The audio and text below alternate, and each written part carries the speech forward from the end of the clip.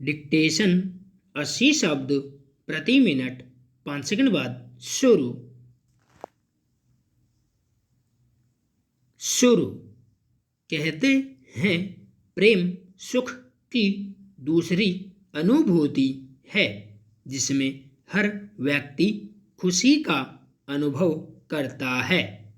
लेकिन मैं आजकल के लोगों को जब देखती हूँ तो आश्चर्यचकित हो जाती हूँ कि जहाँ प्रेम सुख का प्रतीक है जिसका होना जीवन को एक नया आधार प्रदान करता है, वहीं लोग इससे व्यथित और परेशान क्यों हैं और आजकल यह लोगों की पीड़ा का कारण क्यों बन रहा है। जहाँ 12 वर्ष के बच्चे का मन किताबों की दहलीज पर होना चाहिए, वहीं उसका मन प्रेम से मिले दर्द को संभालने में लगा है। अजीब बात है कि जहाँ इस उम्र में लोग खुद को नहीं संभाल पाते, वहाँ बच्चे प्रेम को संभाल रहे हैं और उसको परिभाषित भी कर रहे हैं। उनकी परिभाषाओं को सुनकर मेरे कान के पर्दे स्थिर से होते हैं कि प्रेम के विस्तार और व्यापकता के बीच मैं आज तक इसका एक अंश न समझ पाई और मेरे पीछे और मेरे साथ की पीढ़ी इसको जी रही है। पर उनके प्रेम का तरीका अजीब है जिसे देखकर मुझे यही लगता है कि वह उनके लिए भले प्रेम हो पर वास्तव में वह प्रेम नहीं बल्कि समय की बर्बादी करने वाला एक साधन है।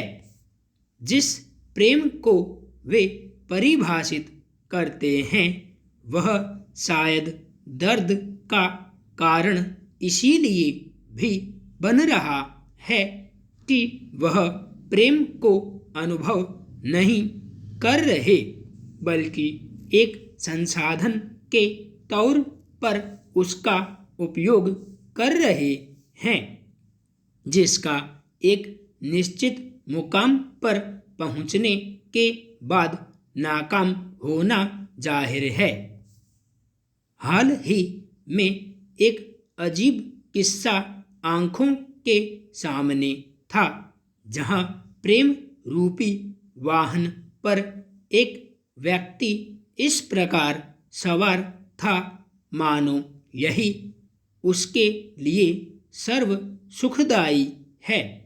इसकी चकाचौंध उस पर इस कदर हावी थी कि उसके आसपास का वातावरण उसके लिए शून्य था, पर कुछ समय बाद उसके इस प्रेम रूपी वाहन की मशीन में शायद कुछ खराबी आ गई और वह अपने सर्व सुखदायी सुख से दुख की ओर बढ़ने लगा। उसके इस बदलते स्वभाव ने कई सवाल जेहन में जगा दिए हैं, पर इनके जवाब की अभिलाषा नहीं। इसका जवाब वही दे सकता है जो इस वाहन के स्पर्श में न होकर प्रेम को समझता हो और वह स्वयं इस वाहन की लोकप्रियता की वजह खोज रहा हो। हरियाणा और दिल्ली का संदर्भ लें तो किसानों के आंदोलन के कारण उद्योगपतियों को बहुत परेशानियों का सामना करना पड़ रहा है। सामान की आपूर्ति श्रृंखला टूट गई है, उन्हें आदेश रद्द करने पड़े हैं। हरियाणा और दिल्ली में हजारों कारखाने बंद हैं। कोरोना काल की मार के बीच यह बड़ा नुकसान है। यह आंदोलन लंबे समय तक जारी रहता है तो यह हमारी अर्थव्यवस्था के लिए एक बड़ा झटका होगा।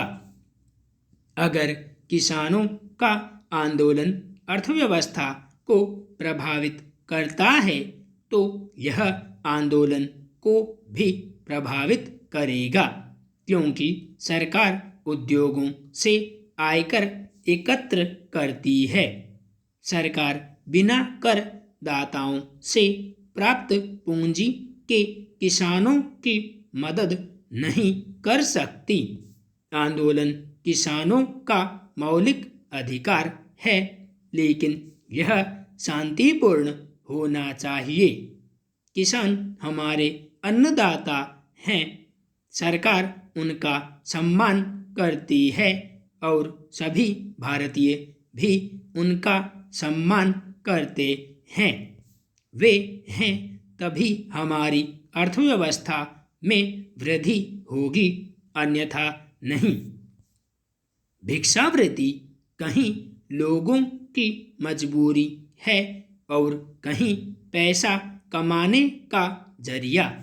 बहुत से लोग जो कार्य करने के सक्षम होते हैं, वे अपंग होने का नाटक कर इसे अपनी आजीविका का साधन बना लेते हैं। लेकिन कई लोग वास्तव में लाचार और ज़रूरतमंद होते हैं। इसके बरक्स आज इसका एक बड़ा व्यापार खड़ा हो चुका है, जिसमें कुछ गिरोह बच्चों को खरीद कर या अगवा कर उन्हें अपाहिज बना देते हैं, फिर उनसे जबरन यह काम कराया जाता है। बच्चों के मामले में भिक्षावृत्ति पर पूरी तरह रोक लगनी चाहिए। यह उनके जीवन को पूरी तरह नष्ट करने वाला कार्य है। यह भी जरूरी है कि ऐसे बच्चों को इस परिस्थिति से दूर ले जाकर एक अच्छा माहौल दिया जाए ताकि वे शिक्षित बने, भिक्षुक नहीं। संपूर्ण विराम।